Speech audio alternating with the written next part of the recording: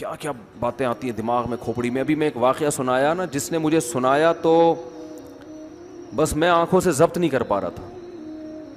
حضرت مولانا طاری جمیل صاحب کا واقعہ ہے. ایک شخص آیا مجھ سے ملنے کے لیے, خواجہ سرا ہے. میں تو پہلی دفعہ زندگی میں کوئی خواجہ سرا مجھ سے ملا. میں سمجھا کہ پراپر آدمی ہے, اتنی بڑی اس کی داڑھی اور رنگ ماشاءاللہ بڑی مردانہ وجہ. لیکن جب بات چیت کا انداز ہوتا ہے تھوڑا سا, وہ ایٹیٹیوڈ سے اندازہ ہو گیا کہ یہ مکمل مرد نہیں ہے. تو اس نے مجھے خود بتا دیا میں خواجہ سرا ہوں. میں نے کہا بھائی ہم سے ملنے کے لیے کیسے آیا آپ, اتنی بڑی داڑھی آپ کی. اس نے اپنا جو واقعہ سنایا نا, میں 3 دفعہ وہ واقعہ سناتے ہوئے رویا ہوں. اور جب وہ سنا رہا تھا اس وقت میرے آنکھوں سے آنسو نکل رہے تھے. اس نے یہ ابھی بھی میرا بیان سنتا ہے وہ. اس نے واقعہ سنایا کہ میں جب پیدا ہوا تھا نا تو میں خواجہ سرا تھا. گھر میں ایسا بچہ پیدا ہو جائے والدین کی طرف سے عزت نہیں ملتی. جب 10-12 سال کا ہوا تو نہ بھائی مجھے عزت دے رہا ہے اور نہ میرا والد مجھے عزت دے رہا ہے. میں بھائی کے ساتھ کہتا ہوں مجھے باہر لے کے جاؤ تو وہ کہتے ہیں لوگ میرا مذاق اڑائیں گے تمہیں دیکھ کے. ظاہر ہے اس کی حرکتیں تھوڑی زنانہ لڑکیوں والی حرکتیں ہوتی ہیں. اور والد بھی کہیں محفلوں میں نہیں لے کے جا رہے, ایک مذاق اڑایا جاتا ہے. کہنے ایک دفعہ میں کہیں گزر رہا تھا تو یہ جو ہوتے ہیں نا خواجہ سراؤں کی پوری ایک جماعت تھی, انہوں نے مجھے پہچان لیا, دیکھا اتنا اچھا. اس وقت نہ اس کی داڑھی اور یعنی اس میں خواتین والی ہی علامتیں تھیں زیادہ. تو انہوں نے مجھے کہہ رہے ہیں اتنی عزت دی, کھانا کھلایا اور اپنے گرو کے پاس لے کر گئے. اور گرو نے کہا کہ تم ہمارے ایجنٹ بن جاؤ, ہم تمہیں پھر اب ڈانس ماس کروائیں گے, آدھے تمہارے آدھے ہمارے, جو بھی اس کا سیٹ. کہہ رہے مجھے پہلی دفعہ کہیں عزت ملی. تو لیکن میرے ابا کو پتہ چل گیا تو ابا نے لا کے طبیعت سے کوٹ دیا, ٹھیک ہے نا, کہ دوبارہ ان میں نہیں بیٹھنا. ٹھیک ہے ہم نے توبہ کر لی, بھائی یہ برے لوگ ہیں, ڈانس ماس اچھی چیز نہیں ہے, ٹھیک ہے. تو اب کیا ہوا, کہتے ہیں کہ پھر جو ہے نا کچھ دنوں میں کہیں کسی سے جھگڑا میرا ہوا کسی بات پہ, تو اس نے انتقام لینے کے لیے شکایت لگا دی ابا کو کہ یہ دوبارہ ان کے پاس گیا. حالانکہ وہ جھوٹی شکایت تھی. اب ابا کو لگا کہ یہ صحیح کہہ رہا ہے جس نے شکایت لگائی ہے, کیونکہ شبہ تو تھا نا ابا کو دوبارہ جائے گا. ابا نے پھر مارا.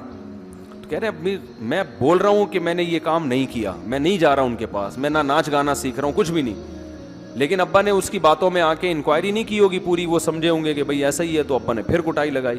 تو اس کے دل میں منفی جذبات پیدا ہو گئے اور یہ گھر سے بھاگ گیا کہ بھئی مجھے ویسے تو عزت نہ یہاں مل رہی ہے اور میں ذلت برداشت بھی کر رہا ہوں, تو بھی کہہ رہے میں وہاں چلا گیا. تو جب میں وہاں گیا ہوں نا خواجہ سراؤں کے ہاں, تو وہی گرو اور ڈانس, اور پھر اس نے مشہور کچھ ایکٹروں کے نام بتائے جن کے ساتھ ہم ڈانس کرتے تھے, اور پیسے آنا شروع ہو گئے, آدھے گرو کی جیب میں آدھے ہماری, اور ہٹو بچوں. لیکن ظاہر ہے یہ کوئی عزت دار راستہ تو نہیں ہے نا. کہہ رہے ہیں کہیں سے تبلیغی جماعت میں حضرت مولانا طاری جمیل صاحب آ گئے. انہوں نے اجازت مانگی, ہمارے گرو کو پیغام بھیجا بھائی مجھے ایک دفعہ یہاں آ کے دعوت دینے دو. اس نے اجازت دے دی, آ جاؤ بھائی. بیان کیا, ان کو سمجھایا بھائی یہ زندگی نہیں ہے, اللہ کی سیروزے کے لیے بہرحال ترغیب دی. کہہ رہے ہیں میں تیار ہو گیا, باقی لوگ تیار نہیں ہوئے, میں تیار ہو گیا. کہہ رہے میں نے گرو سے اجازت لی, اس نے کہا جاؤ لگا لو سیروزہ. تو کہتا ہے کہ جب میں حضرت کے گھر پہ گیا ہوں نا تو حضرت پہلے سے دروازہ کھول کے ایسے انہوں نے دونوں بازو پھیلائے ہوئے تھے استقبال کے لیے, پہلے سے کھڑے ہوئے تھے علماء کے ساتھ.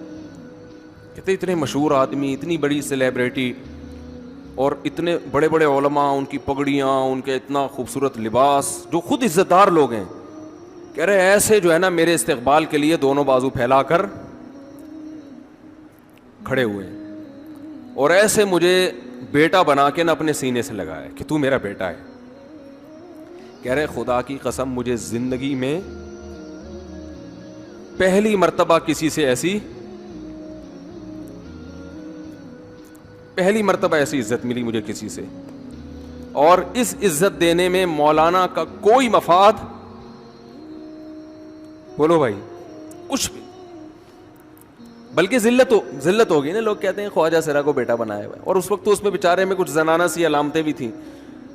تو خواجہ سرا کو کیا دے رہے ہیں, عزت دے رہے ہیں. کیا کسی تاجر پہ محنت کرو تو تھوڑا چندہ دے دے گا مدرسے کو, ایسا ہی ہے نا.